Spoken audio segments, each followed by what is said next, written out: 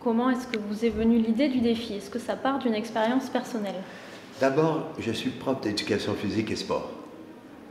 Toute la conception du défi sans écran qui est développée et qui s'est développée depuis qu'on l'a essayé en 2003, elle est fondée sur le désir de gagner. Non pas de montrer qu'on est plus fort ou meilleur ou plus puissant que notre copain ou que l'école d'à côté. Non, on peut ensemble trouver autre chose à faire plutôt que de laisser notre attention captivée par un écran. Les émissions de télévision, les jeux vidéo, les réseaux sociaux, ce sont toutes des technologies qui rapportent des millions de dollars à d'autres que nous. Nous, l'écran, on a l'impression que quand on y consacre du temps, ça ne nous coûte rien. Eh bien, ça nous coûte quelque chose parce que c'est notre attention qu'on veut capter et c'est notre attention qui sert de marchandise. Une fois qu'elle a été captée, elle est vendue à des agences publicitaires. Qu'est-ce qu'on fait contre ça? Ou bien on moralise, ou bien on culpabilise. On a préféré jouer, nous, sur le plaisir de s'organiser ensemble à chercher des moyens de s'occuper autrement. Et les moyens de s'occuper autrement, ce n'est pas nous qui les avons trouvés, les enfants eux-mêmes, et les adolescents qui les ont trouvés, et les papas et les mamans qui sont embarqués dans le projet.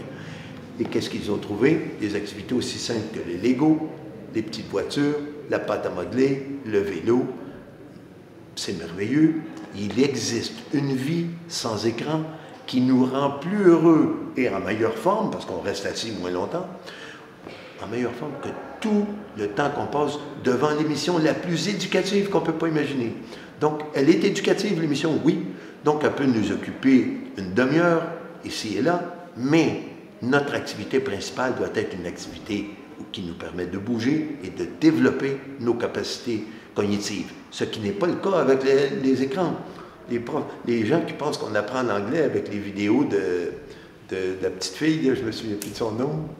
Dora l'exploratrice. Dora. Les gens qui pensent, oui, on peut apprendre quelques mots, mais ce n'est pas de ça que les enfants ont besoin. Ils ont besoin de conversations, de temps, d'amitié, de relations sociales avec des personnes vivantes. Pourquoi est-ce que vous ciblez particulièrement les enfants? D'abord, la société d'aujourd'hui, moi, j'aurais l'impression de m'épuiser à essayer de changer les adultes tels qu'ils sont. J'ai préféré m'adresser aux enfants. Pourquoi? Parce que c'est mon métier d'enseignant. J'ai été professeur d'éducation physique et sport toute ma vie, 35 ans.